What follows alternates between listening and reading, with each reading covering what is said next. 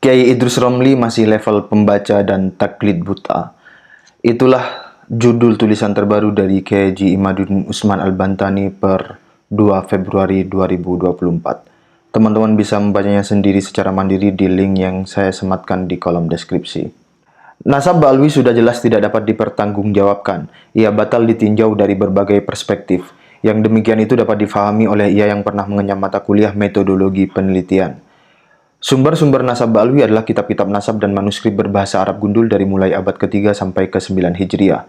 Oleh karena itu, ia yang hanya kuliah dan belajar mata kuliah metodologi penelitian tanpa mempunyai kemampuan membaca bahasa Arab gundul tidak bisa meneliti nasab Ba'alwi.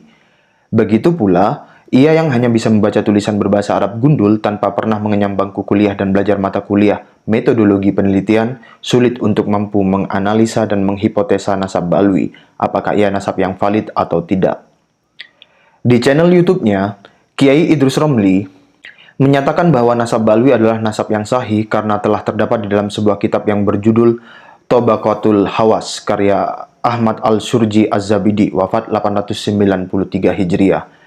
Tanpa metodologi yang jelas, hanya bermodal membaca sebuah kitab, lalu ia menyatakan bahwa berita yang ada di dalam kitab itu sahih.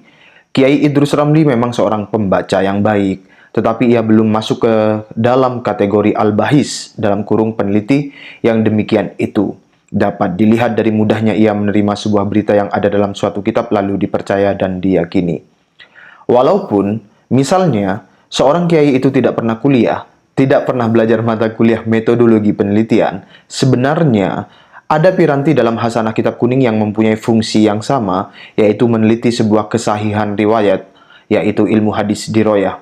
Dalam ilmu hadis diroyah, misalnya dipelajari tentang bab al-wijadah, yaitu ketika kita menemukan sebuah berita dalam sebuah kitab, maka kita tidak boleh langsung mempercayai isi kitab itu, kecuali setelah melakukan langkah-langkah tertentu yang meyakinkan kita bahwa berita itu benar dan sahih. Kiai Idrus Romli selain belum memahami teori al-wijadah dalam ilmu hadis diroyah, ia juga belum memahami teori muttasil wal munqati, riwayat yang tersambung dan riwayat yang terputus.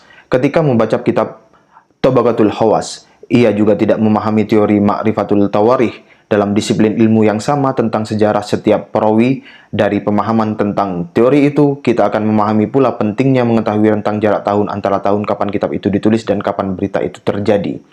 Kitab yang dibaca Kiai Idrus Romli itu kitab abad ke-9 Hijriah, sedangkan hidupnya Ahmad bin Isa adalah abad ke-3 Hijriah, jaraknya 600 tahun.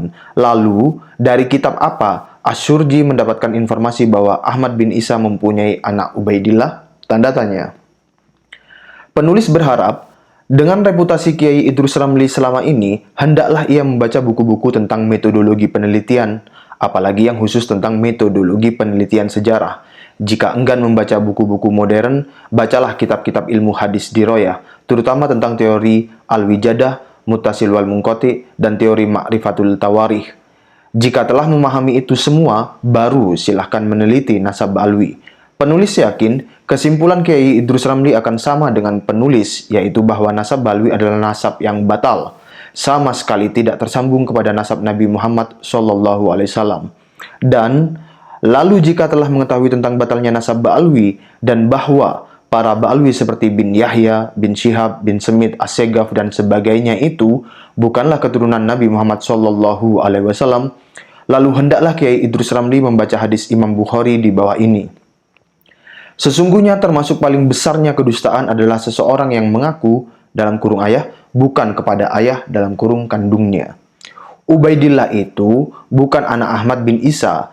Kitab nasab abad ke-5 sampai abad ke-9 menyebutkan demikian. Maka membela Ubaidillah yang mengaku, tanda kutip, mengaku ayahnya adalah Ahmad adalah suatu kedustaan, bahkan termasuk paling besarnya kedustaan. Berarti itu dosa besar. Lalu bagaimana hukum orang yang membelanya? Tentu ketika ia tahu bahwa itu suatu dosa, lalu ia tetap membelanya, maka ia pun termasuk dalam kategori at-ta'awun alal ismi, saling bantu-membantu dalam berbuat dosa. Jika Kiai Idrus Romli masih penasaran membela nasab Ba'alwi, silakan jawab 3 saja pertanyaan penulis. Pertama, adakah kitab abad ke-3 sampai ke-8 Hijriah yang menyebutkan Ahmad bin Isa tinggal di Basrah? Tanda tanya. Kedua, Adakah kitab abad ketiga sampai ke-8 Hijriah yang menyebut Ahmad bin Isa pindah ke Hadramaut? Tanda tanya. Ketiga, adakah kitab abad ketiga sampai ke-8 Hijriah yang menyebutkan bahwa ia mempunyai anak bernama Ubaidillah? Tanda tanya. Penulis Kiai Haji Imaduddin Usman Al-Bantani. Terima kasih. Wassalamualaikum warahmatullahi wabarakatuh. Saya mau ngambil poin yang disebutkan oleh Kiai Imad, yaitu bahwa ada dua faktor yang dibutuhkan. Yang pertama adalah kemampuan membaca kitab kuning atau kitab gundul, dan yang kedua adalah kemampuan untuk mengoperasikan metodologi penelitian. Lalu pertanyaannya adalah bagaimana bagi publik yang tidak memiliki dua kemampuan itu? Jawabannya adalah secara sederhana tidak apa-apa. Karena posisi kita itu seperti posisi juri di sistem pengadilan yang menggunakan sistem juri. Juri itu mengevaluasi argumentasi yang disodorkan oleh kedua belah pihak, yaitu penuntut dan terdakwa. Bagaimana penuntut itu menuntut dan terdakwa itu membela dirinya. Yang dievaluasi adalah argumentasi dan dialektika antara keduanya itu.